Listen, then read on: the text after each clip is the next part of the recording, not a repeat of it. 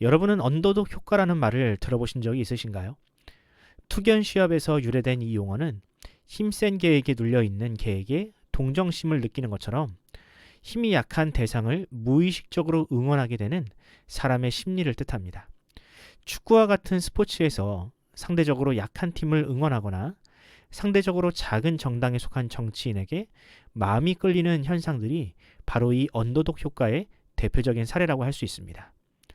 그럼 무의식적으로 약자를 지지하려는 이런 심리가 무조건 옳은 것이냐 하면 그렇지도 않습니다. 오히려 이런 언더독 효과로 인하여 역차별이 생기는 경우도 있습니다. 예를 들어 볼까요? 학교나 직장에서 일어나는 성폭행이나 성추행 사건을 보면 가해자가 남성이 아닌 여성인 경우가 종종 있습니다.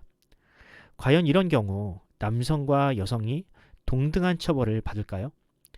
아니요. 같은 사안이라도 남성의 경우에는 가중처벌을 받는 반면에 여성에게는 솜방망이 처벌이 내려지는 경우가 허다합니다.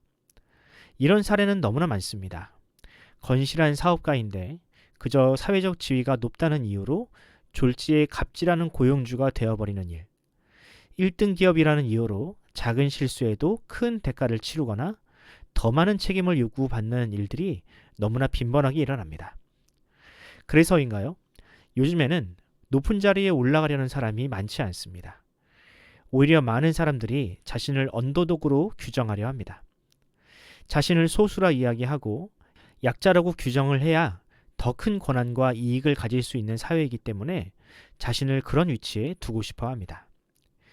사무엘하 16장을 보면 늘 강자의 자리에 있다가 졸지에 언더독이 된 다윗의 이야기가 나옵니다. 과연 다윗은 어떻게 이 위기를 극복했을까요? 그는 과연 그런 비참한 상황에서 하나님께 어떤 기도를 드렸을까요? 다윗은 가장 총애하던 아들 압살롬의 반역으로 하루아침에 왕의 자리에서 내려와야 했습니다.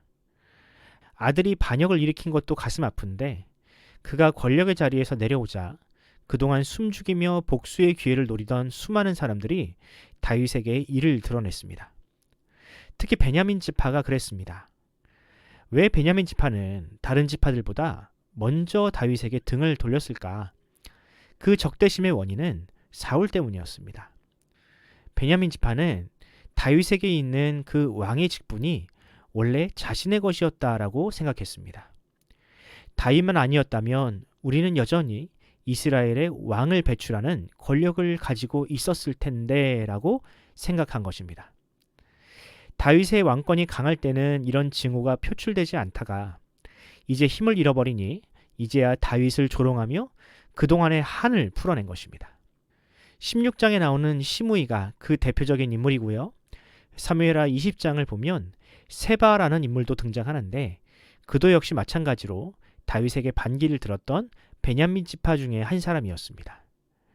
시므이가 다윗을 어떻게 조롱했는지 사무엘하 16장 7절과 8절 말씀을 읽어보겠습니다. 시므이가 저주하는 가운데 이와 같이 말하니라. 피를 흘린 자여, 사악한 자여, 가거라 가거라. 사울의 족속의 모든 피를 여호와께서 내게로 돌리셨도다. 시므이는 심각한 가짜뉴스를 만들어 다윗을 공격하고 있습니다. 사울의 죽음에 대한 책임이 다윗에게 있고 이제 그 죄가 다윗에게 돌아오고 있다고 시므이는 이야기했습니다. 그런데 누가 봐도 시므이의 이 말은 사실이 아니었습니다. 오히려 다윗은 여호와의 기름 부음 받은 자를 내 손으로 해칠 수 없다며 사울을 선대한 사람임을 모두가 알고 있었습니다. 하지만 누구도 시므이의 입을 막지 않았습니다. 왜일까요? 많은 사람들이 침묵으로 시므이에게 동조한 것입니다. 그들에게 진실은 중요한 것이 아니었습니다. 그저 다윗이라는 강자가 몰락하여 비참해지는 모습을 보는 것이 즐거웠던 것입니다.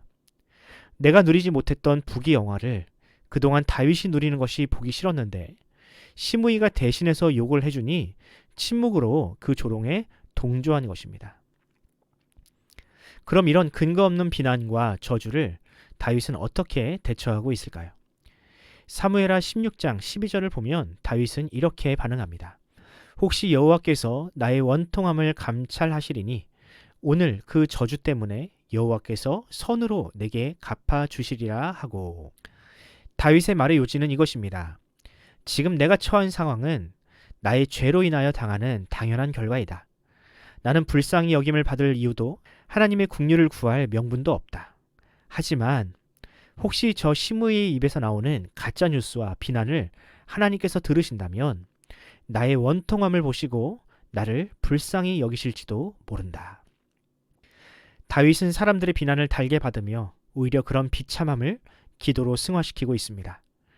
그는 하나님이 가난하고 애통하며 이유 없이 비난을 당하며 핍박을 당하는 자를 먼저 찾아와 주시는 하나님이라는 사실을 알고 있었습니다.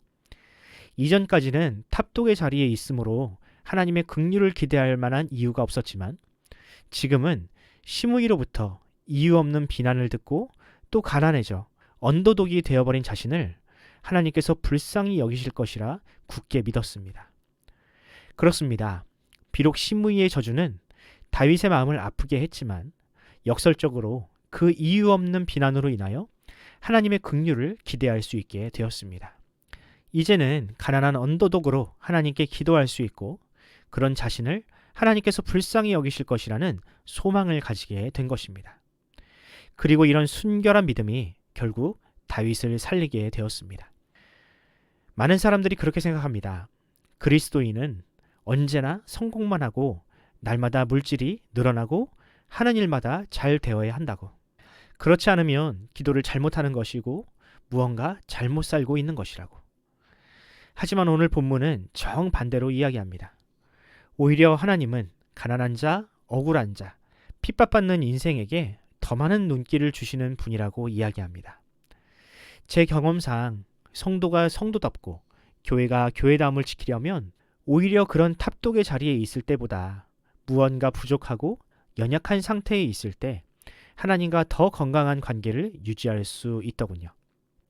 잘 나갈 때는 하나님이 없이도 얼마든지 잘 살 수 있습니다. 나에게 돈이 있고 건강이 있고 주변에서 나에게 좋은 말만 해주는 사람이 있을 때는 하나님을 찾을 이유를 발견하기 힘듭니다. 하지만 나에게 무언가 결핍이 있고 억울한 일이 있을 때 그때 비로소 하나님께 기도할 제목이 생기고 또 하나님의 은혜를 간구하게 됩니다. 사랑하는 성도 여러분, 지금 여러분은 어떤 억울함을 가지고 계십니까? 혹시 다윗처럼 애매한 고난을 당하고 계십니까? 믿었던 사람에게 배신을 당하고 또 궁핍함으로 인하여 절망하고 계십니까? 그렇다면 여러분, 바로 그때가 기도할 때입니다. 산상수훈의 말씀처럼 애통하는 자는 복이 있다고 말씀하신 주님께 간절히 부르짖을 때입니다. 우리 주님은 상한 갈대가 꺾이지 않도록 지키시고 기름이 없어서 꺼져가는 등불을 살리시는 분입니다.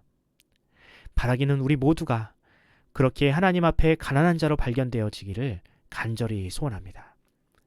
기도하겠습니다.